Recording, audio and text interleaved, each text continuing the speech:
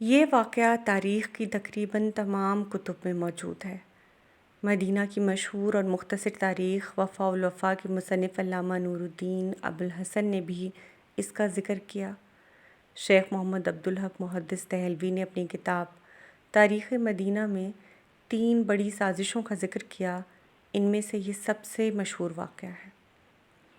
عیسائیوں نے یہ سازش سن 1102 عیسوی 557 ہجری میں تیار کی۔ اس وقت شام پر نور الدین زنگی کی بادشاہت تھی۔ ایک رات بادشاہ نے رسول پاک صلی اللہ علیہ وآلہ وسلم کو 3 مرتبہ خواب میں دیکھا۔ ہر بار نبی رحمت صلی اللہ علیہ وسلم 2 سرخی مائل رنگت کے آدمیوں کی طرف اشارہ کر کے سلطان سے کہہ رہے تھے کہ مجھے ان کی شرارت سے بچاؤ۔ پہلی دفعہ جب سلطان نے خواب دیکھا تو اٹھ کر وضو کیا، نفل پڑھے اور سو گیا۔ دوبارہ پھر وہی خواب آیا، پھر اٹھا، وضو کیا، نفل پڑھے اور سو گیا۔ تیسری مرتبہ پھر وہی خواب آیا۔ اب سلطان کی نیند اڑ چکی تھی اور وہ پریشان تھا۔ رات کو ہی اس نے اپنے مشیر جمال الدین اصفہانی کو بلایا اور سارا واقعہ سنایا۔ مشیر نے کہا کہ آپ اس خواب کا تذکرہ کسی سے نہ کریں بلکہ فوراً مدینہ روانہ ہو جائیں۔ اگلی صبح سلطان نے 20 مخصوص آدمیوں کو چنا اور تحائف لے کر مدینہ روانہ ہو گیا۔ 16ویں روز شام کے وقت مدینہ پہنچا، روضہ رسول پہنچا اور مسجد نبوی میں اعلان کروا دیا کہ تمام اہل مدینہ سلطان کے پاس آئیں اور ان سے ملاقات کر کے تحائف وصول کریں۔ اب اہل مدینہ نے آنا شروع کر دیا۔ وہ سلطان سے ملاقات کرتے، تحائف وصول کرتے۔ سلطان ہر چہرے کو غور سے دیکھتا، مگر وہ 2 چہرے نظر نہ آئے جو خواب میں دیکھے تھے۔ پوچھا گیا کہ کیا مدینے کا ہر باسی یہاں ملنے آیا ہے؟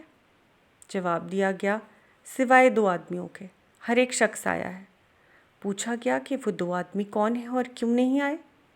تو بتایا گیا کہ وہ مراکش کے 2 بندے ہیں، نہایت متقی اور پرہیزگار ہیں، ہر وقت درود و سلام میں مصروف رہتے ہیں، ہر ہفتے مسجد قباء جاتے ہیں، فیاض اور مہمان نواز ہیں، نہ کہیں آتے جاتے ہیں نہ کسی سے کچھ لیتے دیتے ہیں۔ انہیں پیغام بھجوایا گیا کہ اپنے تحائف وصول کریں، تو ان کی طرف سے جواب بھیجا گیا کہ ہمارے پاس اللہ کا دیا سب کچھ ہے، ہمیں کسی تحفے کی ضرورت نہیں۔ سلطان نے حکم دیا کہ ان کو ہر حال میں فوراً حاضر کیا جائے، اور پھر جب وہ سلطان کے روبرو ہوئے تو ان کی ایک جھلک ان کی شناخت کے لیے کافی تھی۔ سلطان نے غصے پر قابو رکھا اور پوچھا کہ تم یہاں کیوں ہو؟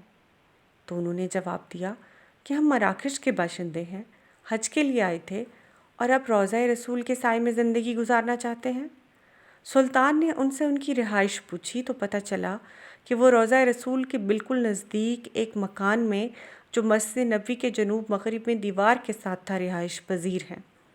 سلطان فوراً اپنی سپاہ کے ساتھ وہاں پہنچا۔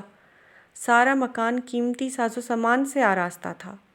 سلطان کی نظر فرش پر پڑی ایک چٹائی پر پڑی۔ سلطان نے حکم دیا کہ اسے ہٹایا جائے، اور جب اس کو ہٹایا گیا تو نیچے ایک تازہ کھدی ہوئی سرنگ تھی۔ سلطان نے ان سے پوچھا کہ اب تو سچ بول دو۔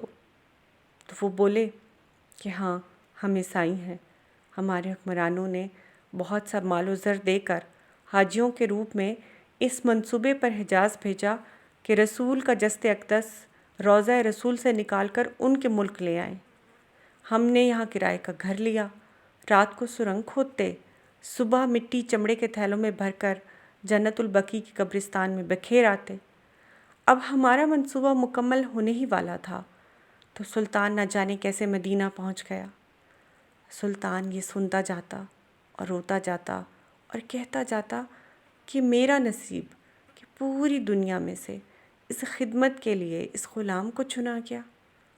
سلطان نے ان دونوں کو قتل کرنے کا حکم دیا اور روضہ رسول کی حفاظت کے لیے ایک خندق کھدوائی، اس کو پگھلے ہوئے سیسے سے پاٹا، روضہ مبارک کے قریب ایک چبوترا بنوایا جہاں ہر وقت پاسبان مقرر کیے۔